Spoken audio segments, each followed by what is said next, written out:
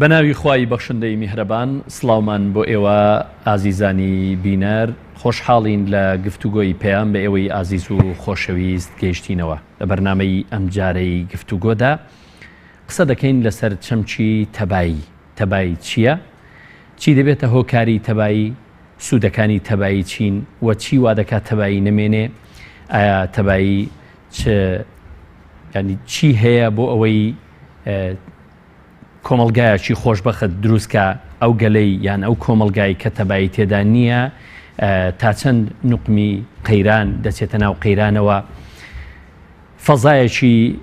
ئاسایش و ئارامی بۆ دەستەبەر نابێت. قسەکە لەسەر ئەوەیە، بابەت و گفتوگویەکەمان لەسەر ئەوەیە ئێمە تا چەند مرۆڤێکی تەباین لەگەڵ خۆمان، لەگەڵ کەسوکار و دراوسێ و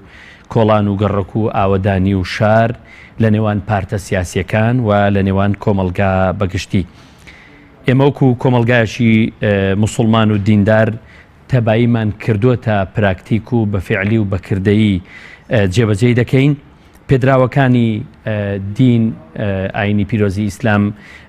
لە ڕووی تەبایی کۆمەڵایەتیەوە چین،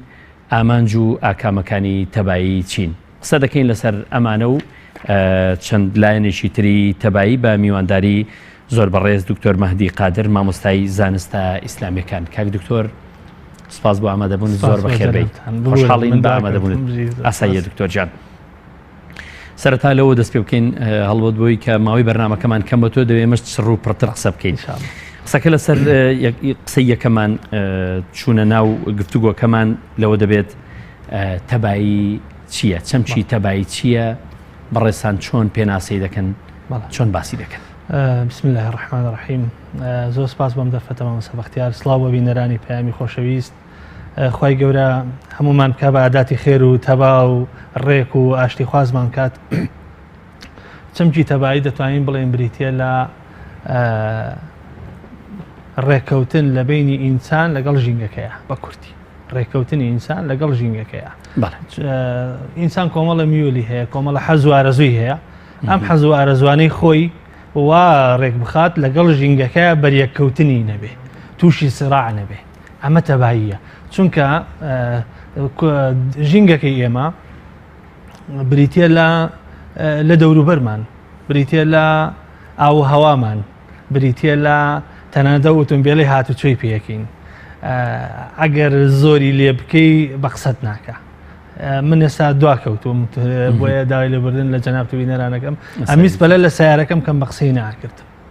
ئەبێت تەبابی لەگەڵیە. ئەگەر تەبانەبی بەبێت تەبابی لەگەڵ کامێراکانی چاودێری ڕێگاوبانە. بەڵێ غەرامە نەکرێ. بەڵێ ئەبێت تەبابی، تەبانەبیت تووشی سراعبی، کە تووشی سراعبووی سەحەتی نەفسی تێکەچێ، باری دەرونی تێگەچێ. ئەمە تەباییە. تەبایی کەواتە بریتە لە ڕێخستن و ڕێخستنی پەیوەندی تاک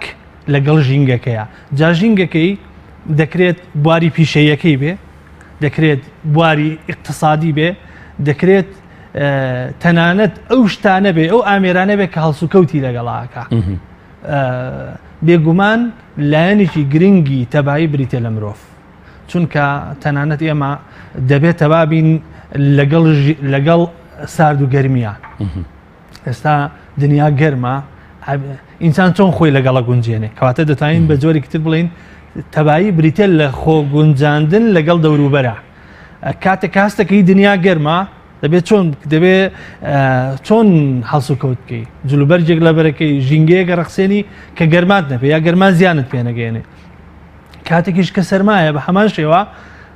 جلوبەرجێک لە بەرەکەی کە خۆت بپارێزی لە سەرما، بەم شێوەیە تۆ چیەکەی خۆت ئەگونجێنی لەگەڵ ژینگەی دەوروبەر تا تەبا ئەبی. ئەگەر تەبا نەبی زیانت پێیەگا یان زیان بە خەڵکی. زۆر باشە دکتۆر، ئێستا ئێمە بۆ خۆمان لەگەڵ خودی خۆمان تەباین. جالایەنێکی گرنگەوەیە ئینسان ئەگەر لەگەڵ بە عولەمایانی نەفس و ئیجتیماعی ژەڵێن، ئەڵێن ئەگەر ئینسان لەگەڵ خۆی تەبا نەبێت هەرگیز ناتوانێت لەگەڵ دەوروبەری تەبا بێت. یعنی تەبایی كهندي علماء نفسنا نوع الصحة النفسية حتى علماء طبيش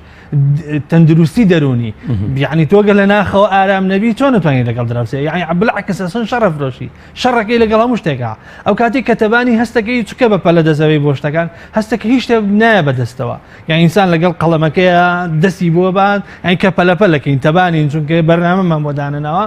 اشتكى نابد اسمعنا توشي ناتبايا بين أو كاتب باري دروني ما تيجي بوي إنسان قربيه بيت عشتي خواز بيت تبابه بلا خوي دس بيبكع او كاتك خوي لقل جستي خويا لقل دروني خويا آرام بو يعني رد الفعل نابه بوي اما شيء ما ويا يعني جاري واحد كتبانين درون مانجرما بلمانا ياخذ خنوي هلا بوشتكانكين رد الفعل هلا ما نبيت بوي بيغمان تندرستي دروني يعني عشتي خوازي لقل خومانا يا تباي لقل نفسي خومانا سرتاو هنجابيا كما بوتباي پیغمبر عليه الصلاة والسلام ده فرمي ولي نفسك عليك حق بله وإن لنفسك عليك حقا تو نفسي خوت حقك أما تبايك بله أما تبايا توقر النفس الآرام بيقومان بس إيش نفس آرام بي أو بابتي شي ترى بيقومان براستي كومالك رياضة هي بوي نفس آرام بي يشي لو أنا بريتيلا ألا بذكر الله تطمئن القلوب إنساني بالرادار إنساني مسلمان آرام دبي آرام تربية لخلقيتر نعلم آرام ترى دبي آرام تربية لخلقيتر چونك دلي كدلي آرامة بيقومان اشتكانش بآرامي وبزواني أبيني زور باشا دكتور إما زور بيوستيمان بتبعي كومالايتي هي ئێستا ئێمە تەبایی کۆمەڵایەتی لە ناو ئێمەدا بە شێوەیەکی گشتی چۆنە؟ ڕاستی تەبایی کۆمەڵایەتی ئێمە پەیوەندی هەیە بە ژینگەوە. بۆ نمونە تۆ لە ڕەمەزانە من لە ڕەمەزانیش لێرە بووم یادی بەخێرە کاتێککە زۆر خۆش بوو بەڕاستی یان کاتێک کە ڕۆژانی جەژنیت یا کە مناسەباتمان هەیە زۆر تەباین بەگشتی ئێستا میلەتی کورد میلەتێکی تەبایە. بۆچی تەبایە؟ ئێمە لە پێناوی تەباییدا میلەتی کورد تەحەمولی بێموچەیی بێئاوی بێکارەباییەکە لەبەری تەبایی و ئاشتەوایی ئەم وڵاتە تێک نەچێت. ئەژینا وەزعی ئابووری خەڵک خراپە، باری دەنوونی خەڵک ماندووە، پلەی گەرما بەرزە، کارەبا و ئاو کەمە وە ژینگە سیاسیەکەش لە هەمووی گەرمترە یاخود با بڵێن سارترە و دوور پەرت و بڵاوە. بێگومان ئەمە هەمووی تەئسیری هەیە. تۆ خەڵک لەسەر خەڵک سەیری تەلەڤیزۆنەکە بۆ نمونە کاتێک کە هەواڵێک ئێستا تۆ بڵێ بەیانی موچەیە خەڵک یەکسەر کاسەی ماڵ پڕە بێ و ئاشتی بڵاوە بێتەوە لە ماڵە تەبایی دروستە. کاسەی پڕ ئاشتی ماڵە کاسەی پڕ ئاشتی ماڵە یعنی تۆ تەبایی کە باس لە تەبایەکەی تەبایی بێگومان تەبایی خود دوایە چێ بۆ تەبایی خێزان. ئێستا کە تەبایی خێزان تێک چوو تەبایی کۆمەڵگەشت تێکەچێ چونکە کاتێک کە هاوسەرێک و کە ژن و پیاوێک تەبانین مناڵەکانیان نەچێتە دەرەوە ئەو کاتە دراوسەکانیان ئازارەدەن لەوانەیە ببێتە هۆی دوو ئەم دوو دراوسەیە شەڕ بکەن وەکو چۆن کە بینیمان لەسەر شتی بەسیط دوو دراوسێ شەڕەکەن دوو کەس شەڕەکەن بەڵام دوایی دوو خێزان تووشە بێ دوایی دوو گەڕەکیش تووشە بێ بەڵام بەگشتی ئێمە کۆمەڵگەیەکی تەباین على الأقل بەو شێوەیە کە ئەگەر سوودمان نەبێ بۆ بەرامبەر زیانمان نیە. زۆر باشە کاک دکتۆر. ئاینی ئیسلام بۆ خۆی بنەمایشی گرنگی تەباییە. یان یەکێک لە بنەما سەرچەکانی ئەوەیە کە ئاشتی کۆمەڵایەتی تەبای کۆمەڵایەتی فەرەهەم کات. ئێمە شۆکو هەڵگری ئاینی پیرۆزی ئیسلام وەکو پێویست توانیمانە سوود لە بنەماکانی فکری ئاینی ئیسلام وەربگرین بۆ ئەوەی تەبایی کۆمەڵایەتی لە ناو خۆماندا بەرجەستە بکەیت. بێگومان مەرجنیە ئێمە ئەم دەقانەی کە هەمانە بێگومان کۆمەڵە دەقی زۆرمان هەیە کە تاکی دەکاتەوە لەسەر برایەتی تەبایی ڕێزگرتنی بەرامبەر خوێندنەوەی بەرامبەر نشکاندنی سروورەکانی ئەوەی کە هەمانە بەشیکەین لەگەڵ یەکترا چونکە کاتێ من ئەوەی خۆمەوەی تۆش ئەخۆم ئەمە یەکسەر تەبایی تێگەچێ ئاشتی کۆمەڵاتی تێگەچێ بۆیە عەدالەتی ئیجتیماعی ئیسلام زۆر تاکیدی لەسەر کاتەوە کە خەڵک یەکسان بن و ئەو عیبادەتانەش کە دانراون ممارەسەیەکی گەورەیە بۆ ئەم عەدالەتە یعنی کاتێ ئێمە بە کۆمەڵ نوێژەکەین لە میزگەوتە هەمومان بە تەنیشتی یەکەوە وەستین ئەمە پێمانەڵێ کاتێ فەرمێ مامۆستا ڕەحمەتی خواتان لێبێت تەبابن ئستەو یعنی تەبابن ئەی ڕێک بن شان من بە شانی یەکەوە قاز بنێن بە قاسی یەکترەوە ریزەکانتان ڕێخن ئەمە تەمرینە لەسەر تەبایی ئەگەر تەبانەبین هەرێکەمان ڕۆمان لەلایەکە خۆی گەورەش نوێژمان لێ قبول ناکات بۆیە پێغەمبەر فەرمی صلی الله علیه و سلم ریزەکانتان ڕێخن با شەیطان لە بینتانەوە نەڕوا خەڵک وا هەستەکە کەمە ڕۆشتنیشی معنەوی و بەرجەستەیە شەیطانی تر هاتو چۆکە نا باسەکە لەوەیە ئەگەر من شان نەدەم بەشانی تۆوە ئیتر شتێک لە بینی من و تۆ دروستە بێ یعنی وا هەستەکەم لەوانەیە هەستکەم جلەکانت لەگەڵ جلەکانی منە ناگونجێ یان ئاسی کۆمەڵاتی من و تۆ لەگەڵ یەکترا تەواو نییە بۆیە شەیطانی تر ئەچێتە دڵەوە نەک لەم بینەوە بڕوان بێ نوێشکردن و بەیەکەوە ڕاوەستان لە سەفیەکە ئەمە نموزەجێکە نمونەیەکە بۆەوەی ئێوە لە تەواوی ژیانتانە بەم شێوەیە تەبابن بەم شێوەیە سەف بن کە جۆمان لە الله ئەکبەرێکە بێ الله ئەکبەر لە نوێژە هەمومان بەیەکەوە لە یەک کاتا الله ئەکبەرەکەینی یەکی عازوەرەگرین فێرە بین ئەمە تەمرینێکی گەورەیە یعنی ئێستا من ئەمڕۆم جومعەیە مامۆستا وتی ڕەحمەتی خواتان لێ مزگەوت قەرەباڵغ بوو دنیا گەرمە ڕەحمەتی خواتان لێ بوەرنە پێشەوە بەم کەلیمەیە خەڵک دوو ڕێز جێڵێتە پێشەوە دانیشێ جێگەی خەڵکی ترەکاتەوە ئەمە تەباییە تەمان ئەم تەبایی ئێمە ببی گوازینەوە بۆ لە مزگەوتە بیگوازینەوە بۆ دەرەوە بێنینە کۆڵان بیبینە بازار سەکە ئەوەیە ئێمە توانیمانە ئاینی پیرۆزی ئیسلام تەوزیف بکەین بەوەی کە چۆن تەبایی کۆمەڵایەتی چۆن دادگەری کۆمەڵایەتی چۆن ئەمن و ئاسایش چۆن هێمنی و ئارامی خودی خۆمان و کۆمەلگای پێدەسەبەر بکەین لە ڕاستی ئەمە لە کۆمەڵگەیەک بۆ کۆمەڵگەیەکی جیاوازە یعنی ئێستا تۆ ئێمە باگەر باس لە وڵاتی خۆمان بکەین باس لە کوردستان بکەین کە چەند شارێکی بچووکە لە ڕاستی ئێمە توانین تا ڕادەیەکی زۆری ئیسفادەمان لەمە کردووە یعنی ئەگەر بۆ نمونە مامەسایەکی ئاینی بێتە سەر مینبەر بێوێت ئارامی کۆمەڵایەتی یان تەبایی تێک بداتوانێت بە ئاسانی تێکی بدا ئەگەر ئاەتێک فرموودەیەک بەغەڵەت بە خەڵک بڵێ توانی تێکی بدەیت بێگومان ئێمە و فرمودانێکە هەمانە ینی نیوەی ئەم کۆمەلگەی ئێمە مامۆستا بەختیار لە چینی هەژارە باشە لە چینی هەژارە ئەگەر دراوسێکی و دەوڵەمەندەکان و خێرخوازان یارمەتی نەدەن کوڕەکەی ئەدا بەسەر ماڵی دەوڵەمەندەکەیە کەواتە یارمەتیدان و دەستگرۆیی و خۆشەویستی بۆ یەکتر چی دروسە بێ تەبایی دروسەکە بێگومان قورآنی پیرۆزە فەرمێ وتعاونوا على البر والتقوى ولا تعاونوا على الإثم والعدوان ئەمە یەکێکە لە ئاەتەکان کە خەڵک ئەمە زۆرەکە یعنی یارمەتیدان لە چاکەیە بێگومان ئەمە تەبایی دروسەکە بۆچی چونکە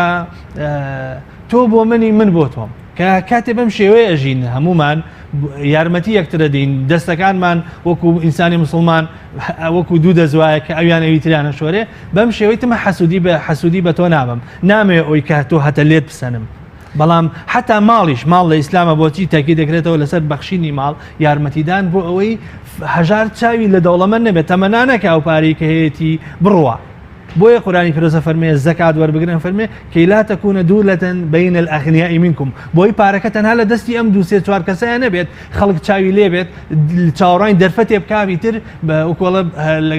مستەلاحێکی شعبی هەیە لە بەقڵی شێتەوە ئیتر تۆڵە بکاتەوە بۆی حەسوودی نەمێنێ بەرامبەر یەکتر بۆ ئەوەی چاوبڕینە ماڵی ئەوانی تر نەمێنێ بۆی ئەم قلیشانەوەی بەڕێزت باسی دەکەی بۆی ئەمە نەمێنیان خۆی گەور لە قورآنی پیرۆزدا دەفەرمێ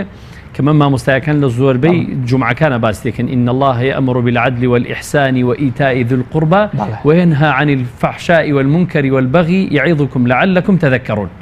أما تباي أم آياتي تنظيمي كومالغاك براستي عدل كاتك عدل هي بونمونا عدالة اجتماعي یەکی سەبەبێکی زۆر گەورەیە بۆ بوونی تەبایی یعنی بەتایبەتی ئەوەی کە خەڵک یەکسان بێ بەداخەوە کە ئێستا عەدالەتی اجتیماعی لە کوردستان ئێمە لەق بووە یعنی چینێک هەیە لە ئاسمانە هیچ مشکلەی نییە لە ماڵەوە کارەبای ئەگە کارەبای نیشتیمانی و مۆلیدی نەبێ مۆلیدی خۆی هەیە بەڵێ موچەی چاکی هەیە پارەی زۆری خەزم کردووە ئەم عەدالەتە ینی ئەوە طبقە وەسەطەکەیە چینە کۆمەڵایەتی مام ناوەندەکەیەکە کە تەبایی ڕاگرتووە بەداخەوە من دەتوان بڵێم سیاسیەکان سیاست لەم وڵاتەیە بۆتە هۆی تێکدانی تەبایی حتا یعنی ئێمە شارە و شار کەوتوین هەولێر و سلێمانی کەوتوین نازانم سۆرانی و بادینی کەوتوین کورد و عەرەب کەوتوین یعنی ئەمانە هەمووی سەبەبی لە کاتێکە ئیسلام ئەم سنوورانە هەر هەمووی کاڵەکاتەوە هەمویان کاڵەکاتەوە تاکی دەکات لەسەر ئینسانیەت لەسەر مرۆڤ بوون یعنی ئەمە کۆمەڵە بازنە هەیە ئەمە کۆمەڵە بازنە هەیە کۆمانەکاتەوە کاتێک کە یەکێ لە بازنە زۆر ئەساسەکان ئینەمە المؤمنون ئیخوە مسلمانان برای یەکترن ئەم بازنەیە بۆ نمونە من و کەسێکی هەولێری کەسێکی عەرەب کەسێکی تورک کەسێکی ئینگلیس ئێمە هەمومان کە مسلمانە بازنەی ئیسلامەتی کۆمانەکاتەوە کە براین لا يؤمن أحدكم حتى يحب لنفسه ما يحب لأخيه ما يحب لنفسه يحب لأخيه يعني دەبێ ئەوەی کە بۆ خۆم پێم خۆشە بۆ براکەشم پێم خۆش بێ کاتێک کە بەم شێوەیە دەژین بێگومان تەبایی دروستە بێ دووهەم شت بابەتی ئینسانیە بازنێکی ترە کە کۆمانەکاتەوە کاکە ئەگەر ئێمە مسلمان نین دینمان جیاوازە خۆ مرۆڤین مرۆڤەکان هەر هەمویان باشە وەلەقەد کەرەمنا بەنی ئادەم مرۆڤەکان هەمویان خۆی گەورە ڕێزی لێناون کەواتە بێ ڕێزی دەبنێ واجبە لەوەی ئێمەش دەبێت ڕێزی یەکتری بگرین کاتێک کە ڕێز لە کەسێکە گری تەبایی دروستە بێ نەتیجەی ئەم ڕێزە چێ تەباییە ڕێزی متەبادل دروستە بێ من احترام لەوە گرم و احترام لەم نەگرێ لەم حاڵەتە ئەم کۆمەڵگەیەکی متعایشەژین تەبا دروستە بێ تەبایی دروستە بێ ویژدان دروستە بێ دەبێ بگەڕێمەوە بۆچی بابەتی بەڕاستی عەدالەتی ئیجتیماعی تەبایی دروستەکە یعنی دوورکەوتنەوەی چینەکان چینی کۆمەڵایەتی لە یەکتر بەڕاستی یعنی بوونی شەرخی گەورە بوونی درز و کەلێنی گەورە لە نێوان چینەکاندا ئەوەی کە چینە بەرزەکە چاوی لە چینە هەژار و وەسەتەکە نەبێ ئەمە گرفتێکی گەورە دروستەکە بۆ تەبایی کۆمەڵایەتەکە بۆچی چونکە بەڕاستی تۆڵا خەڵک چاوەڕانی تۆڵاکە ئیسلام کۆمەڵگە دابەش ناکە بەسەر چینی دەوڵەمەند و هەژارە چینی پرۆلیتار و چینی بۆرجوازە کاک دکتۆر ئەوەی کە پێی دەوتری عەدالەتی ئیجتیماعی دادگەری کۆمەڵایەتی هەرەمەوە ناکە کە تەقینەوە لە کۆمەلگادا دروست نەبێ چاوبڕینە ماڵی یەک و پەلاماردان دروست نەبێت خی گەورە کافەرمێ باسی زەکاتە کافەرمێ فتوخەذ من ئەغنیائهم پێغەمبەر فەرمێ فترد إلى فقرائهم لە دەوڵەمەندەکانی خۆیان وەرەگیرێ حتا بۆیە لە ماڵەن زەکات وا باشە نەگوازرێتەوە بۆچی چونکە زای ئەم پیاوەی کە لەم شارەیە کاسبی کردووە لەسەر ئەساسی ئەم شارە دەوڵەمەند بۆ دەبێت خێروبێرەکەشی بۆ ئێمە حتا بۆ گەڕەکەکەی خۆی بێ ئەگەر وانە بێ ئیتر کاکەم کابرایە لەسەر حسابی گۆشت و خوێن و ئێسقانی ئێمە دەوڵەمەند بووە هیچی وە ئێمە نییە بێگومان ئەمە عەدالەتی ئەمە تەبایی کۆمەڵایەتیە پارێزێ ئاشتی کۆمەڵایەتیە پارێزێ من چاوم لە تێی دوعای خێرێ بۆکەم کە تۆ بوویتە سەبەبی ڕەحمەت بۆم کۆڵانە بۆم گەڕەکە بەڵام ئێگە کەسێکی تایبە بپێچەوانەوە بەدڕەفتار بێ زۆر باشە کاک دکتۆر ئەگەر ینی بە کورتی لە خودی خێزانەوە لەسەر خودی خێزان بکەین تا چەند خودی خێزان کاریگەرە بەوەی کە ئێمە کۆمەلگایەک بین تەبایی لە ناوماندا بەرقەرار بێ بەرجەستە بێ بەڵێ ڕاستی خێزانێکی تەبا دەتوانێت ببێتە هەوێنی تەبایی بۆ گەڕەکێک قەناعەتم وایە لە گەڕەکێکە کە 20 ماڵە دەماڵە مەر و دەماڵەوەبەر یەک خێزانی تیا بێت کە خێزانێکی معقول و محتەرەم و چاولێکەرە بەڕاستی دەتوانێت ببێتە هەوێنی تەبایی بۆ کۆڵانەکەی خۆی هەوێنی تەبایی لە بینی ژن و مێردا بریتە لە بەرهەمهێنانی منداڵی تەندروست بەر لە منداڵ دەبێت ئومو دەردا و ئەبوو دەردا وەبزام ئەوانن دوو سەحابین سەحابی کە ژنمێر بوون باوکی دەردا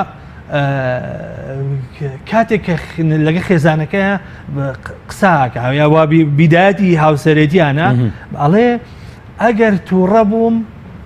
ڕازیم کە ئەگەر تووڕە بووی ڕازیت ئەەکەم وإلا لم نستحب فإذا غضبت فرضيني وإذا غضبت فرضيتك وإلا لم نستحب ئەگەر تووڕە بوویت ڕاستی دەکەم یان کاتێک کە تۆ تووڕێ بم بێدەنگ بم ئەگەر کاتێ من تووڕە بم تۆش بێدەنگ بم چونکە لە کاتی ئەم تووڕەیە ئەم بەریەکەکەوین ئیتر تەبایەکە تێگەچێ بۆیە بە ئەمە پێویستمان ئەم تەبایە لە خێزانە دووهەم شت تەوان بێگومان کاتێک کە دایک و باوک تەبابوون مناڵیش تەبابێ یەکێ لە هەر عولەمای نەفس باسی مناڵەکەن مناڵی تەباچیە بە مناڵێک بڵێن تۆ خۆشەویستی تۆ مەحبوبی تۆ مەرغوب فیه تۆ سەرچاوی ئاوەدانی کەسایەتێکی تەندروستی پێبەخشی کەسایەتێکی تەندروستی پێبەخشی ئیتر ئەم کەسە کاتێک کە متمانەی پێدەیت ئەو ڕێز دەبەخشێتەوە بەڵام وەرە کەسێک تو ئیهانەی بکە ئیتر زۆربەی ئەو کارە ساتانەی دەستبردن بۆ ماڵی خەڵک بۆ ناموسی خەڵک بۆ کۆمەڵگە ئەو کەسانە کردویانەکە لە خێزانە مەحروم بوون دایک و باوکیان لێکتر نانگرتوونەتە باوەش ڕێزیان نەگرتوون تۆڵە لە کۆمەڵگاکاتەوە بەم شێوەیە وای لێ دێت ئەم کەسا کەسێکی بالفعل لەوانەشە لە ڕووی نەفسیەوە حەق لەسەر تووڕەبوونی نێوان ژن و مێرد عائیلەیەک ناسم کاک دکتۆر ئافرەتەکە زۆرتر تووڕە دەبێت لە پیاوەکە جارێکیان بێکەوە دانیشتە بووین وتی من حەز دەکەم کاتێک کە تووڕە دەبم خێزانەکەم بەس ینی ئافرەتەکە وتی من کە تووڕە دەبم هاوسەرەکەم یەک قسە بکە وتی ئاخرم قسە بکەم تێکەچێ ینی نامەوێت تێک بچێ کاتی دەیگو ئەو خەریکە ئاگرەکاتەوە من بێدەنگە بم خێزانەکەشی دەیگوت خۆخۆمە تەنها یەک قسە بکە ینی بۆی شتەکە زیاتر دروست بێ بەس پیاوەکە دەیگوت لێرە دەبێ مە حەدێک دانەی بوو کە ئەو تووڕەبوو من ئارام دەبم کەواتە جەوەکە بە تەبایی و ئارامی دەمێنێتەوە کات بۆ ماڵی ئیمامی عومەر شکوای هەبوو لە خێزانەکەی دانیشت و تەمەەن گوێی لێ بوو خێزانەکەی ئیمامی عومەر دەستی کرد بە بۆڵەبەوە ئەلبەت ئەم ڕیواتەیە دەرەجی سەحەتەکەی نازانم بەڕاستی دەستی کرد بە بۆڵەبۆڵ و گلەیی و ئەمانەی تر پیاوەکە ساڕۆشت ویستی بڕۆ ئیمامی عومەر وتی کابرا هاتی چی چنەوت وتی من وەکۆڵێ هەستم کردووە لە من کۆڵەوارتری من خێزانەکەم بۆڵەبۆڵم زۆر بەسەراکە گلەیم زۆر لەیەکە هاتم شکوای حاڵی خۆم بکەم تۆش وەکو وایت ئیمامی عومەر فەرمووی ئەمە خێزانمانن دایکی مناڵەکانمانن هەندێ ئەرک کار بۆمان ئەنجامەدەن لەسەریان نییە ماندوون ماندوێتی مناڵەکەی لەسەر شانە ماندێتی چێشکردنی لەسەر شانە ماندێتی بە خێوکردنی ئاژەڵەکانی لەسەر شانە هەموو ئەم شتانە ماندووی کردووە مافی ئەوەی هەیە بۆڵەبۆڵ بکە مافی ئەوەیە گلەیی بکە کەم گلەیە کامەشە بێ ڕازی بکەم بەم شێوەیە ئاشتەوای دروستە بێ یعنی تووڕەبوونێک کە خێزانێک تێک بدا وەڵی سەد گوێم ئامادەم گوێم لە بۆڵەبۆڵی زۆر بێ بەس ئەبێم خێزانە بپات کەواتە قسە لەسەرەوەی ئێمە خێزانێکی نموزەجیمان نییە کە تووڕەبوونی تێدانە بێ بەڵام ئەوە تەسامحی نێوان ژن و هەر یەکێک بۆ ئەوی تریانە ئەمە تەبای دروستەکە ئەمە تەبای دروستەکە بێگومان زۆر باشە کەواتە ئێستا دەکرێت بڵین واقعی ژیانی کۆمەلگای کوردی ئێمە لەگەڵ ئەوەدا دەگونجێت کە ئاین بۆ تەبایی داوای دەکات بێگومان ئێستا کۆمەلگەی کوردی پێم وایە کۆمەلگەی کوردی کۆمەلگەیەکی ئاشتی خوازە کۆمەلگەیەکی متەسامحە کۆمەلگەیەکی تەباین ئێمە ئەگەر تەبا نەبین نەئاو بەشمانەکات ئێستا بۆ نمونە لەم وەختەیە بەڕاستی هەندێ ماڵ بیری هەیە یعنی بەشی دراوسەکانیەدا ئێمە ئەگەر تەبا نەبین لە بەڵزی خانە سرە بڕیەکەین ئەگەر تەبا نەبین لە نانەوخانە سرە بڕیەکەین ئەگەر تەبا نەبی کۆمەلگەی ئێمە کۆمەلگەی کورد هەر بە تەبیعەت حەزی لە یارمەتیدانی یەکترە یعنی پیرێژنێک دێت لە سیارەیەکدا لە پاسێکدا لە بەری هەڵەستێ ئەمە هەمووی دروستکردنی تەباییە یعنی یەک کەس دەتوانێت ئارامی گەڕێکێک شارێک تێک بدا دکتۆر دەکرێت بڵین ئەو تەبایی کە ئاینی پیرۆزی ئیسلام داوای دەکا بۆتە هۆکارێک بۆ کەمکردنەوەی ڕێژەی تاوانیش لە کۆمەلگادا بێگومان یعنی بۆ نمونە تاوان چییە یان دەستبردنە بۆ ماڵی خەڵک کە حرامە دەستبردنە بۆ ناموسی خەڵک حرامە دەستبردنە بۆ نەفسی ئینسان کە گەورەترین تاوانە گەورە تەمان ئێستا بەداخەوە یەکێک لەو حاڵەتانەی کە لەو دیاردانی کە دروست بووە دیاردەی هەم خۆ کوشتنە هەم خەڵک کوشتنە ئەمە سەبەبەکەی بەڕاستی هیچ کە وشیارێکی یاسایی و قانونی نییە بە هەمان شێوە وشیارێکی ئاینیش نییە یعنی وشیاری ئاینەکە کەمە بەداخەوە تەمەن ڕۆلی ڕاگەیاندن لەمەدا دەتوانین بڵێن بە گشتی ڕاگەیان ڕۆڵێکی باشی نییە لە گەیاندنی بە تایبەتی پەیامە ئاینیەکەدا پەیامە ئاسمانەکەدا چونکە هەموو ئاینەکان تاکید لەسەرەوەکانەوە کە ئینسان معەزەمە ئینسان ڕێز لێنراوە ئینسان خەریتی خوای گەورەیە ناکرێتەوە دەستکاریکی نابێت دەستی بۆ بەری کوشتنی ئینسانێک لە ڕوخاندنی کەعبە گەورەترە بەم شێوەیە کاتێک کە سەقافەی دینیمان هەیە بێگومان ئاشتی کۆمەڵاتی دروستە بێ بۆیە ئێستا کە ئەم سەقافە دینی ڕۆشنبیری ئاینەکەم بووەتەوە ینی پێغەمبەر صلی الله علیه و سلم فەرمێت تۆ یارمەتیدانی ئاو بدەی بۆمان نەجێڕێتەوە فەرمێ کەسێ لە بەنی ئیسرائیل تینووی بوو حتا فەرمی ئافرەتێکی داوێن پیس بوو تینووی بوو چوو ئاوی خواردەوە پاشان کاتە دەرەوە بینی ئاژەڵێک یا سەگێک ئەویش تینوویەتی دەمی خستۆتە ناو خۆڵەکەەوە لە تینووە بە پێڵاوەکانی تێراوی کرد پێغەمبەری خوا صلی الله علیه و سلم فەرمێ کەسا چێتە باشتەوە یعنی خەڵک هەیە بەداخەوە لەم وڵاتەیە ڕێزی پشیلەیەک بۆ هەندێک مرۆڤ دانانێ بۆ کۆمەلگاکەی خۆی دانانێ هەرچی هەیەی بۆ خۆیەتی یارمەتی کۆمەلگاکەی خۆی نادا یارمەتی دراوسەکانی نادا یارمەتی هەژاران نادا ینی بە ئیشی ئەم وڵاتە نیوەی بە خێرخوازیە چێ بەڕێوە بەڕاستی مزگەوتە نەخۆشخانەیە قوتابخانەیە هەمووی ئێستا وای لێ هاتوو خەریکە وای لێ دێ خەریکە ئەرکەکانی هەموو یەکەوتە سەرشانی. بەڵام دکتۆر ئەمەش جارێکی دیکە ئەگەر بەبارێکی دیکەدا قسەی لەسەر بکەین ئەمەش نابێتەوە ئەو تەبایی کە خێرخوازەکان دەیان هەوێ دەستی هاوکاری بۆ کۆمەلگا درێژ بکەن لە کاتێکدا کۆمەلگە محتاجە لە کاتێکدا کۆمەلگا خەریکە گەشەی لە ڕووی ئابووریەوە نامێنێ ئەمان دێن کۆمەڵی پرۆژەی بۆ ئەنجام دەدەن کۆمەڵی کاری بۆ ئەنجام دەدەن. آخر خۆ ئەمە تەباییەت ئەو کەسی کە تەباییەکە هەم خۆی قازانجەکە هەم بەرامبەرەکەشی ئەمەش مداراتە حتا تەبایی کۆمەڵە مستەلاحی هەیە پێوترێت تەوافقی پێوتێ ملاعەمەی پێوتێ گونجاندنی پێوترێ بەم شێوەیە ئەگەرم کەسە بەم شێوەیە نەکا بەم شێوە سوکەوتنەکە ناتوانێت بژی ئیتی خەڵکیش پارێزگاری لێ ناکە خەڵکیش ئیژی بۆ ناکە بێگومان ئەو کەسەی کە دەستی یارمەتی بۆ خەڵک درێژەکە بۆ هەژاران درێژەکە بێگومان ئەو زیاتر گەشاکە خۆشەویستریشە بێ ئێستا مەشهورە لەم شارەیە فلان کۆمپانیا و فلان ماڵ و فلان بنەماڵە یارمەتی خەڵک زۆرە دەن فلان کەناڵ و فلان بەرنامە یارمەتی خەڵک زۆرە دەن فلان حیزب و فلان ڕێکخراو یارمەتی خەڵکە دەن بەعکسیشەوە فلان کەناڵ فلان بەرنامە فلان حیزب هەرچی هەیەی بەداهاتی خەڵکەژی خەڵک بشت و تێ خەڵک ئەڵێ الحەمدولله بەداخەو کە نابێ ئێمە الحەمدولله بۆ شەڕ بکەین بەڵامی تر تەبیعەتی شەکە وایە تۆ ئەوەی خۆتە خۆی منیش ئەخۆی قابێ من دوعای خێرە بۆ کەم کە خوای داتە بە کە خوای داتە نایتر ئەبێ سنەتی حیات وایە ڕۆیت. زۆر باشە کاک دکتۆر ئێمە باسی تەبایی دەکەین تەبایی ئێمە ڕابوونی ئیسلامی لە کوردستان سوپاس بەخوای گەورە کۆمەڵێک ینی ڕۆشنبیری ئیسلامی بە زۆر بمانداوە ئەوانەی کە لە ناو پارتە ئیسلامیەکاندان لە ناو حیزبە ئیسلامیەکاندان ئەم ڕۆشنبیریە ئیسلامیە وای کردووە کە پارتە ئیسلامیە جیاوازەکان ڕەوتە ئیسلامیە جیاوازەکان لە ناو خۆیاندا تەبابن یان بەبارشکەدا بڵین ئەو ڕۆشنبیرە ئیسلامیایی کە ئەندامانی پارتە ئیسلامیەکان یانە پارتە ئیسلامیەکانیان هەیەە بای ئەوەندەی پێنیە کە ئێمە لە ناوخۆماندا بتوانین بە تەبایی ژیان بکەین. لە ڕاستیدا کۆمەڵێک ڕوودا و پێشاد ڕۆدا دەبێتە تاقیکردنەوە بۆ پارتە ئیسلامیەکان بازارە قسە لەسەرەوە بکەین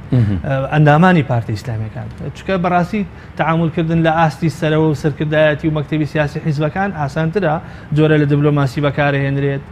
لە ڕاستیدا ئێمە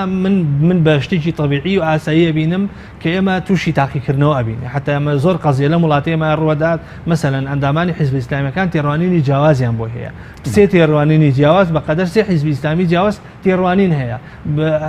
جاری وایە دەبێتە دەندوک لە یەکترگرتن و چەلەحانێ بە تایبەتی لە تۆڕی کۆمەڵاتی فەیسبوک ئەمە تاقیکردنەوەیە ئێمە ڕادین لەسەرەوەی کە من بە شتێکی ئیجابی ئەبینم تا ڕادەیەک ئەگەر ڕێز و احترامی متەبادلی تیاابێ بۆیە دەڵێن تۆ هەڵیت من ڕاستم یا من هەڵم تۆ ڕاستی بەڵام قسە لەسەرەوە نیە تا ئێستا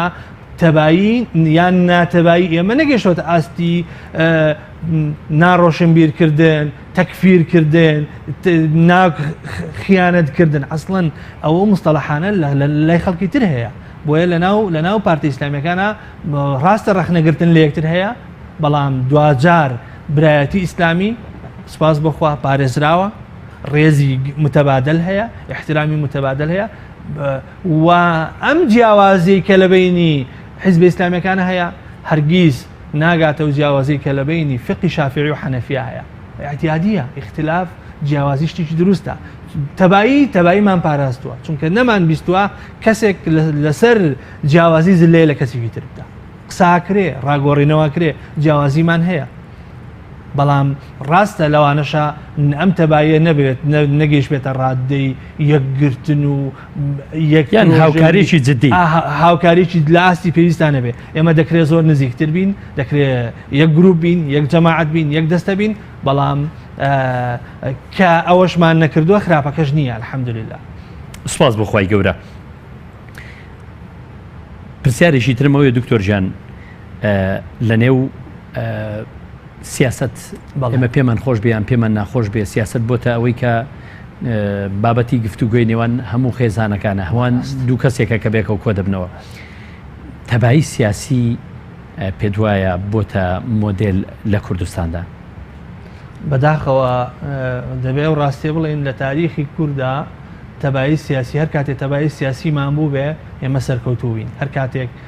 مثلەن بەرەیەکی کوردستانیمان هەبوو بێت پرۆژەی چەند حیزبێکی سیاسیمان هەبوو بێ بەیەکەوە لە پەرلەمانە بووین حکومەتی بنکەفراوانمان بووە حکومەتمان بووە حتا حکومەت و معارضەیەکی تەبامان بووە هەر کە سەبەرکی خۆڵساوە خەڵک لە خۆشییا ژیاوە بەڵام ژیان گەشەی کردووە ژیان گەشەی کردووە چونکە حتا بەم ڕەخنەگرتن و دەستخستنە سەر هەڵەکانی یەکتر ئێمە دوا ناکەوین پێشەکەوین بەڵام بەداخەوە یعنی لە هەمیشە دەتوانین بڵین لە درێژایی مێژووە کەمترین تەبایی لە ناو حیزبە سیاسەکانە هەبووە بەڵکو تەبایی کۆمەڵایەتی شێوێنراوە تێکسووە لەسەر ئەساسی تەبایی ناتەبایی حیزبە سیاسەکان یعنی سیاست زۆربەی کات لە وڵاتەیە تەبایی تێکداوە یعنی ئەوەی هەر لە سەرەتایە وتم جاری وایە بەداخەوە دەبێ بڵین ئێستا قسە لەسەر ئەڵین